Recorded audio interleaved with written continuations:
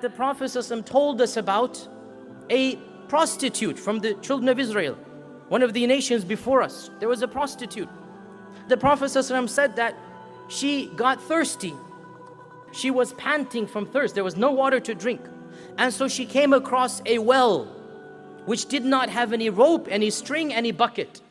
So she took off her shoe and she climbed down the well.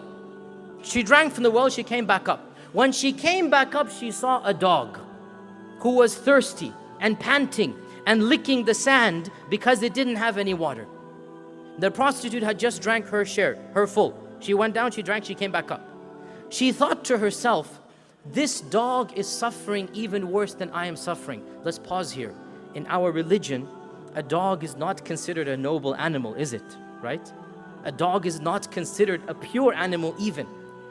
Yet, it is still a creation of Allah. And it is still a life that Allah has given. And it is still a blessing that Allah has given to the world. Even if it is impure and unclean from a fiqh perspective, nonetheless it is a creature that Allah has created. Back to the story. So the prostitute says, this dog is suffering worse than I was suffering. Let me give it some water. So she went back down. There was no bucket, there was no string. So she put her shoe in her mouth. And she climbed down, she picked up some water in that shoe, in that leather shoe. She put it in her mouth, in between her mouth, and she climbed back up to give to the dog. The Prophet ﷺ said, Allah appreciated that from her to the extent that He forgave all of her sins. Now, this is a prostitute, somebody who is selling her body for a miserable price. She's ruining families, spreading corruption in the world. And she sees a creature that is by and large not a noble creature. And all that she does, she gives it one sip of water.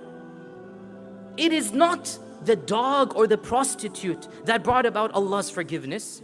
It is that sincerity that happened to be in her heart. Nobody is watching her. She's not gonna get any praise from anybody. She knows she's a sinner. She knows she needs Allah's help. She knows she needs Allah's forgiveness. So the only thing that she can do, an act of desperation that only Allah is watching, is that, oh Allah, all I can do is help this creature. You know I'm a sinner.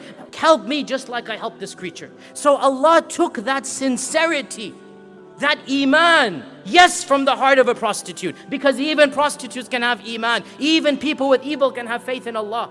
So He looked at that iman and He looked at that sincerity, and it was so sincere and so powerful that her entire evil was forgiven. Brothers and sisters in Islam, we have opportunities every day, similar to that prostitute and that dog. Surely you and I are better than that prostitute. Surely we have more opportunities than feeding a dog.